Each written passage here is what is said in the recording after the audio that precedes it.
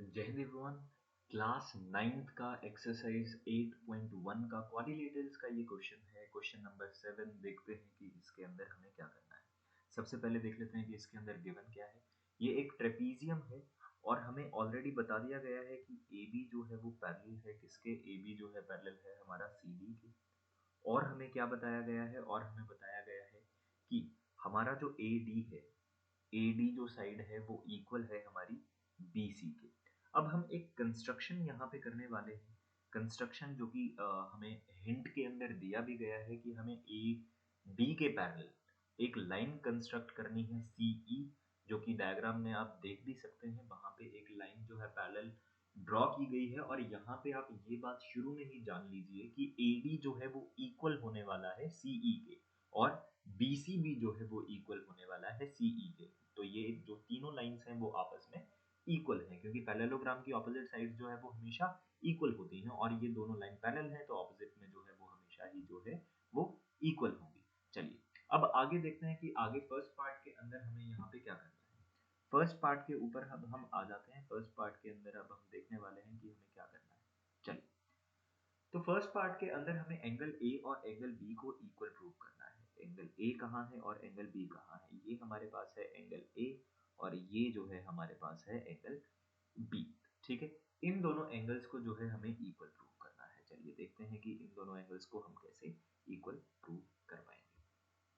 चलिए, तो सबसे पहले इन दोनों एंगल्स को इक्वल अगर हमें प्रूव करना है तो सबसे पहले हम एक बात तो जो हमने जानी थी वो हम लिख लेते हैं कि CE जो है वो हमारा इक्वल है किसके, CE जो है हमारा इक्वल है AD के, जो हमने अभी अभी लाइन बनाई। ठीक है, और वो क्यों है, वो क्योंकि opposite sides of parallelogram.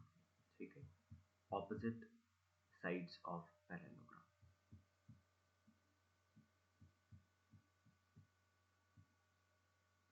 Opposite sides of parallelogram है, इसलिए वो जो है आपस में इक्वल हो चुकी है। अब इसके बाद हमें एक बात और पता है, AD जो है वो इक्वल है, AD इक्वल है किसके, AD इक्वल है BC के। ये बात हमें गिवन है, ये बात हमें क्या है, ये बात हमें गिवन है।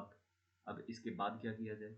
इसके बाद हमें एक बात और पता है कि BC जो है हमारा इक्वल होगा किसके, CE के। तो ये तीनों आपस में इक्वल हो जाएंगे। ठीक है, ये बात जो है अभी एक तरीके से छोटी सी प्रूव ही की है हमने, और इसके अंदर कोई बड़ी बात नहीं थी। चलिए अब देखते हैं। अब यहाँ पे दिस इम्प्लाइज दैट, इससे हमें क्या पता चलता है कि एंगल CBE, एंगल CBE जो है वो इक्वल है किस एंगल के, एंगल CEB के।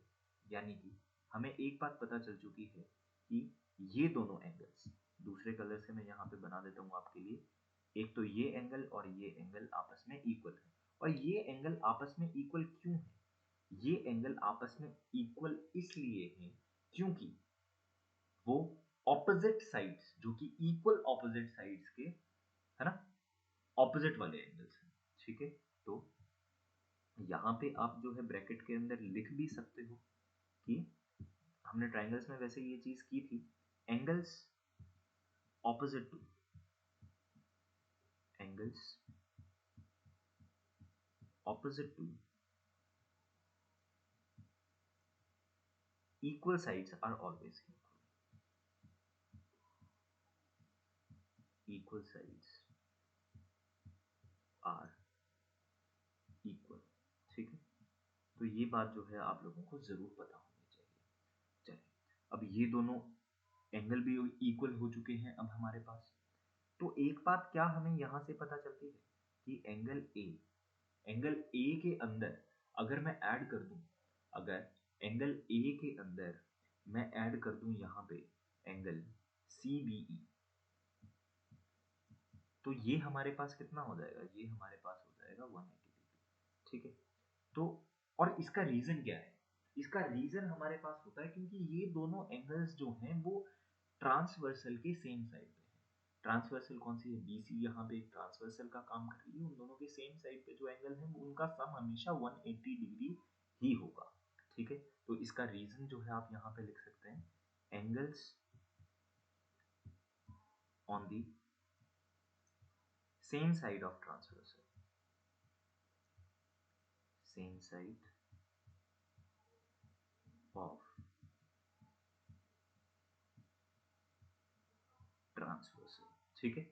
तो ये हमारे पास जो है 180 डिग्री हमेशा बनाएंगे। और इसके अलावा एंगल बी भी जो है वो ऐड करने पे, किसके साथ ऐड करने पे, CBE के साथ ऐड करने पे हमारे पास 180 डिग्री बनाता है। क्यों बनाता है? क्योंकि यार ये तो एक लीनियर पेयर है, लीनियर पेयर है। लीनियर पेयर आपको पता ही है, लीनियर पेयर का मतलब क्या होता है? लीनियर पेयर का मतलब है एक स्ट्रेट लाइन, है ना। लीनियर पेयर है, वो एक स्ट्रेट लाइन बना रहे हैं। दोनों को ऐड करने पे अगर आप ध्यान से देखेंगे तो दोनों एंगल जो है वो एक स्ट्रेट लाइन बना रहे हैं। अगर वो स्ट्रेट लाइन बना रहे हैं तो अगर दोनों ही 180 डिग्री के इक्वल हो चुके हैं तो angle A plus angle CBE, तो ये दोनों आपस में भी इक्वल होने चाहिए, angle B plus angle CBE।